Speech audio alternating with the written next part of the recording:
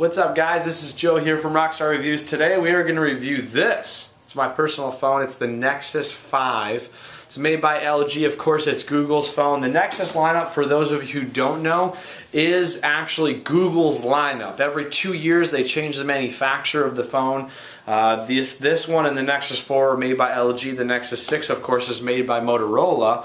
But this phone right here is stock Android, so it is not the same as a Samsung or an LG, where they actually take the Android version that Google releases, in this case 4.4 KitKat, and make it their own. They add their own skins, their own bloatware, whatever. This does not come with any of that. It's just Google's device. So for those of you who don't know about it, I'm going to show you a little bit about it.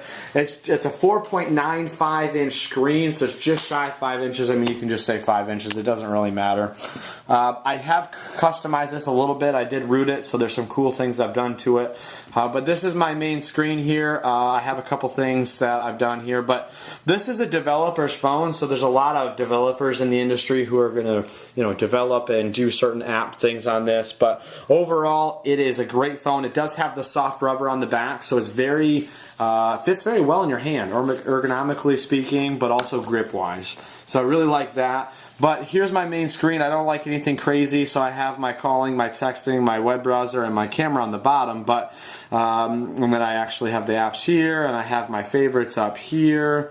Oops, sorry about that. I do have the Pi launcher on the bottom, so instead of having a back button where you can actually see it, like if I'm in texting here and I go to Brenda, you can actually see I have back, home, and stuff here. So there's some cool things I've done with it. But like I said, it's rooted, so that's what you're going to do when you root it. You're going to do all sorts of customizations, and you can see I have some of my favorites here. So there's some stuff I've done with it. It actually has the ability to do the same lock screen as the LG G2, which is the double tap, which I did there.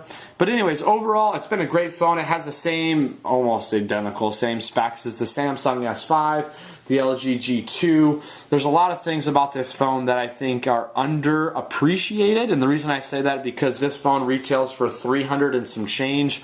All of those other phones I just mentioned are $600 phones, except for the G2. Now it's down as well. But the S5 is higher as well. It does have an 8 megapixel rear camera. The camera is exceptional. I can't even, I mean, I could talk about the camera all day. I love this camera.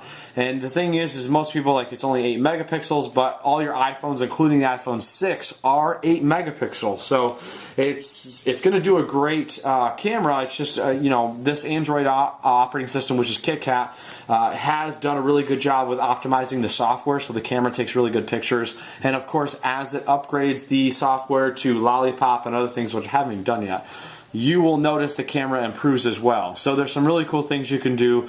But overall, the big things I like about it, number one, you get a 1080p screen. It's a 5-inch screen, so you get a high-def screen at that 5-inch size. You get really good high-quality buttons here on the side, which is nice. I forget, there's a metal, but these are they're really good buttons. I love them. Also, you get Corning Gorilla Glass on the front screen, so I don't have a case on it now, and I've dropped this. I dropped it today, actually, so, I mean, I haven't had any problems with it, which is really nice. The processor is an 801 Snapdragon processor, so it's a very quick processor, 2 gigs of RAM. This is the 16 gigs of storage model. Of course, it does come with 32 gigs of storage, so if you want to get a little bit more storage, you can as well. But everything I do is quick. And the reason I love this phone is because, like, if you hit that, I mean, you can see how quick it is, but in order to get these exact same specs and the ability to, for it to function as quick as it does, you'd have to spend a lot more money on any other phone, simply because that's just the way the market is. So it's a really good value. The Nexus 6 is a high-end phone with a high-end price tag, but this one right here is $16 a month on T-Mobile's network. Of course, if you're going to any of the other carriers, it's going to be $100 and some change down, and then of course you sign a 2-year agreement.